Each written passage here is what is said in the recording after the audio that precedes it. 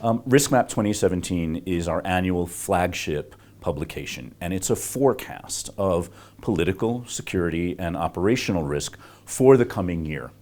And so what we do with Risk Map 2017, in addition to looking at specific regions around the world, is we look at some global issues of risk. And every year it gets harder and harder to put together a sort of top 5 of those special global risks. So this year we're going to highlight 5 particular themes. And risk number 1 takes us actually to the United States of America. And we look at the Trump presidency. We're going to cross the ocean back to Europe for risk number 2. And here we are sitting in Nairobi, and if you're wondering why we're concerned about the European Union at a fairly significant distance from here, remember that the EU is the world's largest political and economic bloc. Yes. So what happens in the European Union will reverberate throughout the political and business world. And we've got 3 very important elections coming up in 2017. It's the Netherlands, Germany, and France.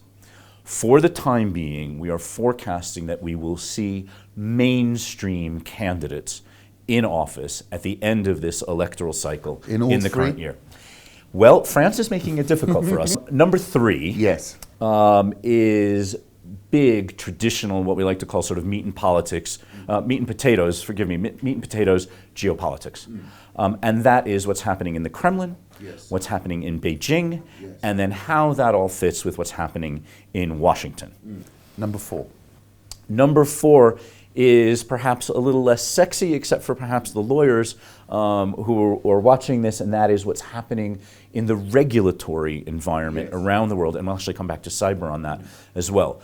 But we think that for companies that are operating on a global basis, it's going to be very difficult in 2017 to find consistency in the way the world works from a regulatory perspective.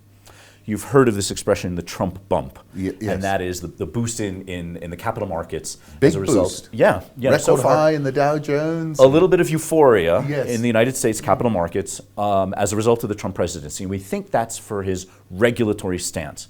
We think it's going to get easier to do business. Okay, so we're getting close to the end. Yes. And we're going to talk very briefly about the terrorist threat. Yes. And that's something that Control Risks follows very carefully year in and year out around the world.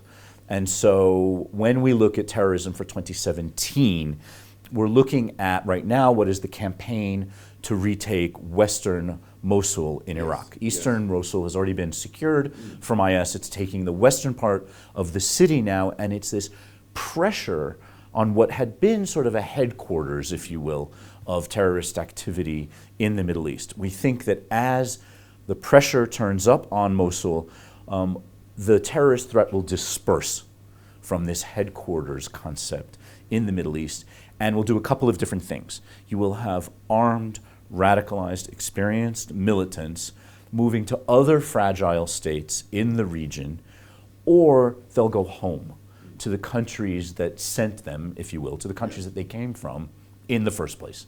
So what this means, we think, for 2017 is that the terrorist threat dangerous world will fragment. And for companies, again, that do business on a global basis, they will have a more sort of point-to-point terrorist threat than a sort of hub-focused terrorist threat, if you will.